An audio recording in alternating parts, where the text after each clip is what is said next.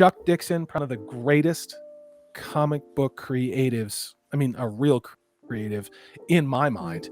Work on the Wheel of Time adaptation, Hobbit adaptation, countless other superhero character books. Was recently on a friend of this channel's, sat down with European lore. He didn't hold back in this interview, and he talked about the state of contemporary adaptation is pretty miserable, film and television, because they want to change the work. This is Chuck Dixon talking, and I'll continue. It says they find things in the original or the source material that offend them, or that they feel don't fit our postmodern sensibilities, and they alter them. And it's a crime. What do you think about Chuck Dixon calling it like it is and sounding like us on YouTube?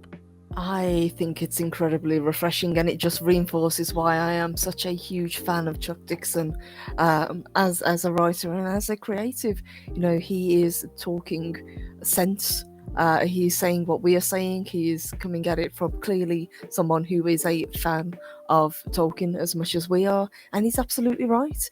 You know, you don't go into something as high profile as Lord of the Rings or Wheel of Time with the idea of just changing everything, and we have seen it time and time again with IPs have been hollowed out, and they are, you know, whatever it is, in name only now. The characters are unrecognizable, the settings have changed, and it just feels like it's a pale comparison to what could have been. Yeah.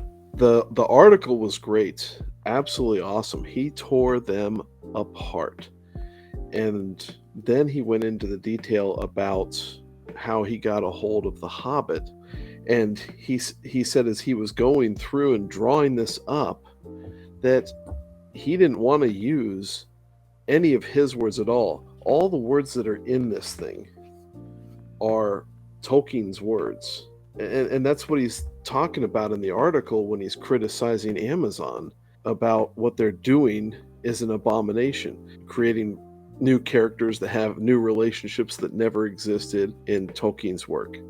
And Chuck too, he's been very faithful with his adaptations, and yet he's a guy who is not afraid to be edgy in his writing. You know, he helped create Bane. He wrote lots of Punisher. So he'll go all over the place, but he understands when it's time to stay true to the original and not to push the boundaries, but in order just to tell the story how it was intended to be told. Chuck Dixon had to deal with Robert Jordan when he did the Wheel of Time comic books. And Chuck Dixon took everything and did it exactly to the author's specifications, painstakingly so. And then you got Amazon, who is writing the novels that Tolkien never wrote, and only giving him credit for half the season with their story. And like you guys said, too busy checking other ESG, corporate diversity, representation scores. Story is an afterthought, in my opinion. Once again, kind of going back to my horror roots, I love Peter Jackson and in his old movies. He did some classic horror movies back in the day.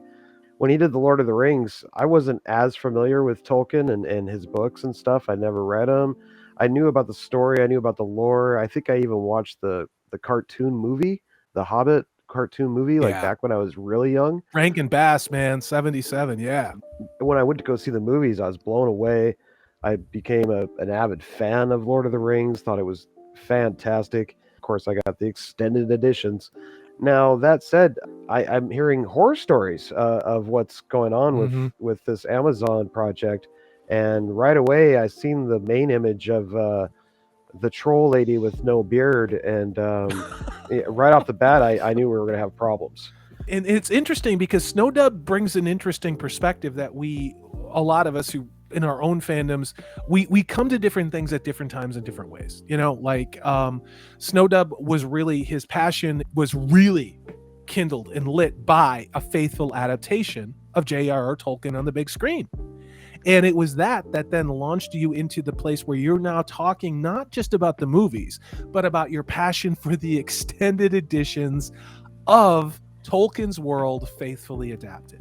And the brilliance of Peter Jackson and putting that dedication to making absolute amazing movies. We haven't had an amazing trilogy like that since Star Wars, as far as I'm concerned. I agree. You know? I Yeah. agree. There's absolutely no faithful adaptation that puts Galadriel in armor and makes her angry and has her rock climbing with just armor and a butter knife. It's just it's so it's so damn frustrating. to It's so sit there and see that stupid. stuff. Every time we say it, it just gets stupider. That's the thing. Is it's not like, oh, we're getting numb to this. We're not getting numb to this. Yeah. And I can tell you, with the videos we've been doing and the clips from this show, in my experience, people are getting more pissed off. This is Yes. just getting started. People are Well, just waking up to this. It is absolutely unreal, the attack that they're putting out there on the fan base, and the fan Yeah. base is just fighting right back. It's awesome to watch. As ever, this is Salty Texas Sea. I am Corey DB. Thanks so much for watching. If you like what you've seen and heard, please hit that thumbs up button. If you haven't subscribed, I'd love to have you on board. That way you know, and we have things like live streams, which we are going to be doing every Tuesday evening. Take care. I hope you're having a great 2022.